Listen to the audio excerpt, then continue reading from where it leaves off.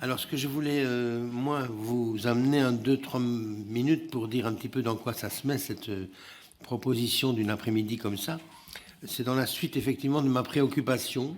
Depuis que j'ai écrit Un monde sans limite, je me suis retrouvé à devoir m'interroger, être interrogé moi-même par les collègues d'ailleurs, certains avec beaucoup d'intérêt, d'autres avec beaucoup de colère, me disant que je n'avais rien compris puisque je continuais à défendre qu'il y avait un intérêt à la fonction paternelle.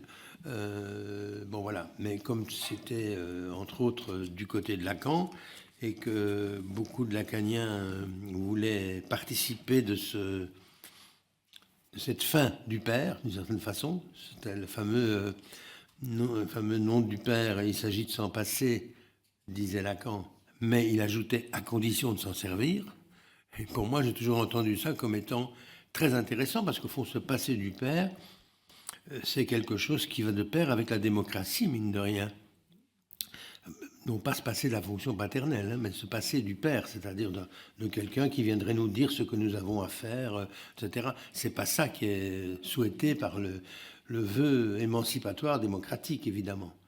Par contre, c'est quelque chose qui est tout à fait, qui a eu des conséquences énormes, parce que à partir du moment où cette question, comment c'était encore le titre de l'ouvrage de, c'est plus maintenant, il avait dit fin du dogme paternel.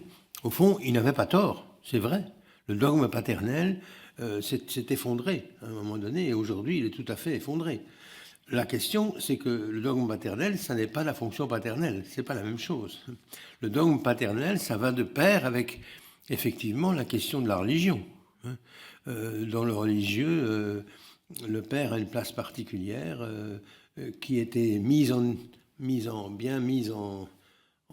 exergue par Lacan avec son concept de nom du père, d'où il se dégageait d'ailleurs déjà de ce dogme paternel. Mais en même temps, on a un peu laissé penser qu'il était possible, ou qu'il était même souhaitable, de se libérer entièrement de toute intervention, comment on pourrait dire, directrice en quelque sorte. Bon. Et que chacun doit faire ce trajet-là, ça me semble tout à fait juste, mais est-ce qu'il est fait pour autant d'emblée? Or, c'est là-dessus que nous sommes aujourd'hui en difficulté. C'est que pas mal de gens, dans le contexte dans lequel ils sont, s'imaginent ou pensent que, on l'a encore dit avec Jean-Louis tout à l'heure, que la façon de penser le père n'est plus du tout adéquate, la façon même de penser qu'il y a des règles à intégrer pour la vie collective n'est plus du tout adéquate, puisque ce n'est les parents non plus la tâche de le faire. Enfin, on est parti dans une sorte de ce qu'on appelle l'éducation positive maintenant, beaucoup de gares, dont on a l'impression quand même, moi, mais d'autres aussi collègues, que c'est à partir de là qu'une série de problèmes se sont posés. Et je vous avoue d'ailleurs que j'ai en tête, moi, que quand j'ai dit ça il y a 24 ans, ce monde sans limite, je n'ai pas du tout été plus loin que de penser que ça allait simplement réorganiser les choses. Simplement parce qu'aujourd'hui, on peut le constater, on peut le dire, je crois, d'une autre façon. On peut le dire à la suite de Marcel Gauchet, quand il dit que l'organisation collective du monde aujourd'hui n'est plus la religion. C'est-à-dire n'est plus une structure où il y a une position d'exception, Dieu ou celui qui le représente.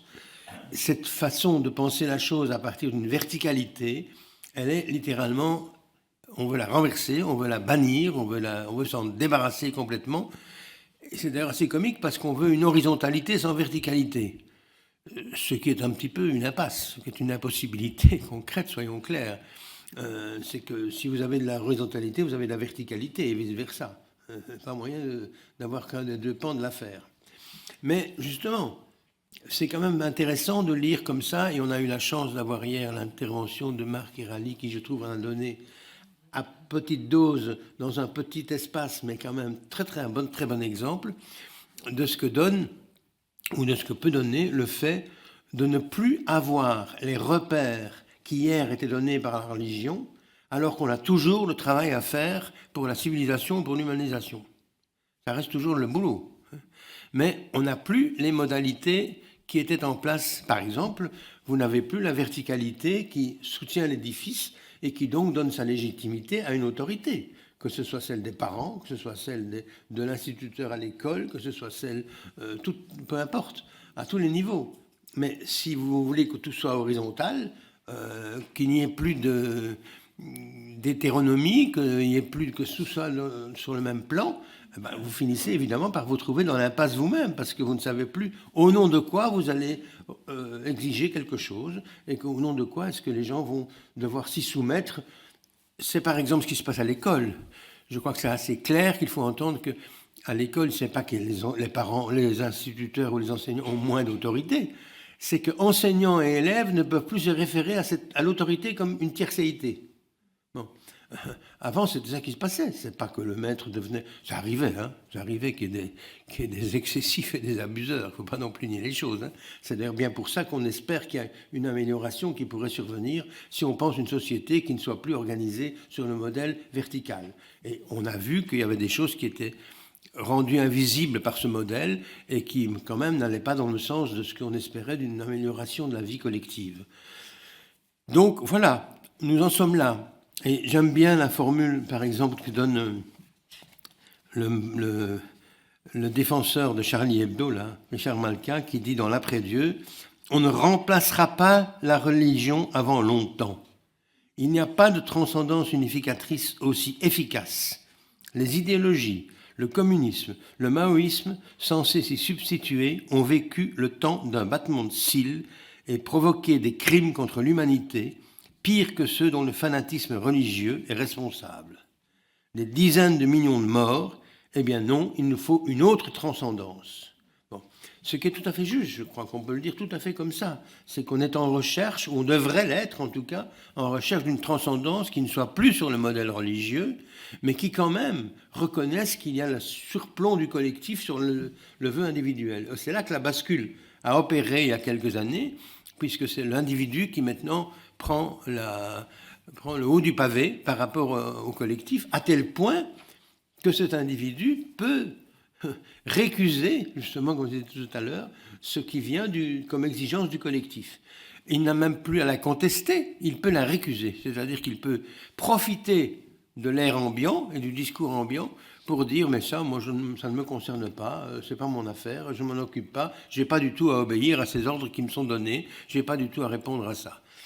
Alors, comment ne pas penser, moi j'avoue que c'est difficile avec ça, ne pas penser que maintenant que c'est en place depuis 25-30 ans, que ça s'est progressivement de plus en plus organisé comme se faire, comment ne pas penser que ça va de pair avec une montée de la violence, puisque vous n'avez plus de moyens de la tempérer, de la tamponner, de lui faire objection.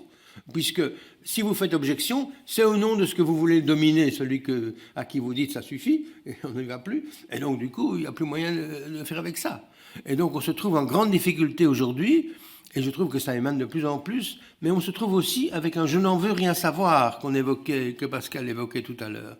Parce que dans la masse du monde, on a l'impression qu'on ne veut rien savoir de ce que cela pourrait être nous, qui avons provoqué, sans le vouloir bien sûr, sans le décider, mais qui avons provoqué cette possibilité aujourd'hui de se lâcher dans une violence où la parole ne fait plus l'enjeu, mais où c'est le couteau qui sert à régler les questions. Le couteau et les armes. Alors, c'est quand même terrible, parce que tout le champ politique, pour moi, m'a l'air absent de penser à ça, de ne pas vouloir que nous sommes en train de régler les conséquences de ce que nous avons fait il y a un demi-siècle. Et ça nous met donc en question nous-mêmes, enfin la génération qui est la mienne et ceux qui sont proches de ça dans la salle peuvent se demander mais qu'est-ce qu'on a foutu ou qu'est-ce qu'on n'a pas foutu?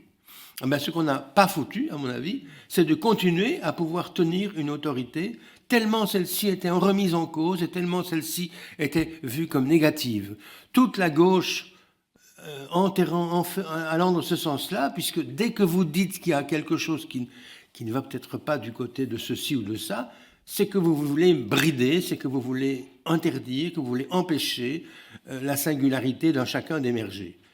Oui, mais c'est quand même une façon assez curieuse de régler les questions, parce que du coup, comment est-ce qu'on fait encore une vie collective? Alors, on demandera tout à l'heure d'ailleurs à Alain comment est-ce qu'il s'est débrouillé, à quels critères il avait, moi j'aimerais bien savoir ça, quels critères il avait pour pouvoir tout à coup décider que là, la violence est trop forte, il fallait arrêter. Bon, et quelle position il a pu encore occuper, ce qui n'est pas d'office allant de soi. Quand c'est au niveau général du collectif, ça devient très très difficile. Je crois ne pas me tromper en disant qu'actuellement, la France est en difficulté avec ça, de manière considérable d'ailleurs au niveau politique. Donc ces questions qu'on pose là sont des questions très sociales parce qu'elles vont de pair avec une évolution de société, qu'il nous faut prendre en compte, qu'on ne peut pas continuer à dire mais attendez, c'est le modèle ancien qu'il faut... Non, c'est pas possible. Il y a une évidence qu'il faut prendre en compte. Mais comment en rendre compte? C'est ce qui m'a fait dire qu'aujourd'hui, qu'il fallait absolument ne pas laisser se confondre fonction patriarcale et fonction paternelle, même si cette fonction paternelle a longtemps pris appui sur la fonction patriarcale pour pouvoir trouver une légitimité. Alors il faut la trouver ailleurs, il faut la trouver dans la rationalité. Mais comment est-ce qu'on va faire pour faire ça et pour faire passer ça? C'est loin d'être évident, je trouve. Donc. Mais en attendant, nous en sommes là aujourd'hui avec une série de symptômes de cette discordance qui n'a pas été repérée, qui n'a pas été identifiée, parce que se débarrasser de la fonction paternelle était pris dans le fait de vouloir à tout prix se débarrasser du patriarcat, de tout ce qui rappelait la question du père, etc. Bon. Voilà, à mon avis. Alors, ça veut dire que du coup, depuis, dans l'héritage de mai 68, si vous voulez reprendre le livre de... Comment il s'appelle là? Oh, les noms propres, c'est affreux. Bon, l'héritage impossible, ça s'appelle. Le Goff, Jean-Pierre Le Goff. C'est très très bien raconté. Il faut reprendre ce bouquin. Il en a fait d'ailleurs il y a une postface tout à fait intéressante aujourd'hui pour montrer comment c'est venu petit à petit. Parce que la contestation qui a eu lieu en mai 68, qui avait une certaine légitimité, forcément, pour faire tomber, entre autres, les mandarins de leur position tout à fait enfermée de mandarins, et d'autres tas de choses. Mais en attendant, il n'y avait pas d'illégitimité à contester. Mais ça s'est répandu, cette légitimité de pouvoir contester, à tel point que, finalement, la contestation a fait que, entre celui qui sont les gouvernés et les gouvernants, il y a deux forces qui ont presque la même puissance. Bon, et ça, c'est très difficile parce que force d'avoir pris acte de ce qui s'est passé en mai 68 et des positions d'ouverture que ça a amené à plein de choses, entre autres aussi aux singularités, je pense que on ne s'est pas rendu compte que du coup, le pouvoir en place allait être affaibli. Et aujourd'hui, il l'est affaibli. Et donc, on se trouve avec des gens qui ont une force terrible, puissance de pouvoir contester, revendiquer, ne pas être d'accord, etc., par rapport à d'autres qui tiennent les rênes comme ils peuvent, mais ça n'est vraiment plus simple. Et l'exemple là de Alain hier est tout à fait, je trouve, magnifique à ce propos-là. Donc ça va être la question, et ça a été la question que je continue à me poser à travers Humus, et cette collection, nous allons le voir tout à l'heure, après que Nathalie Hennig nous aura, parce qu'il va être 25, donc elle va pouvoir... Non, il est 20 24, allez. Nous allons d'abord l'écouter, et puis après nous reviendrons à cette question.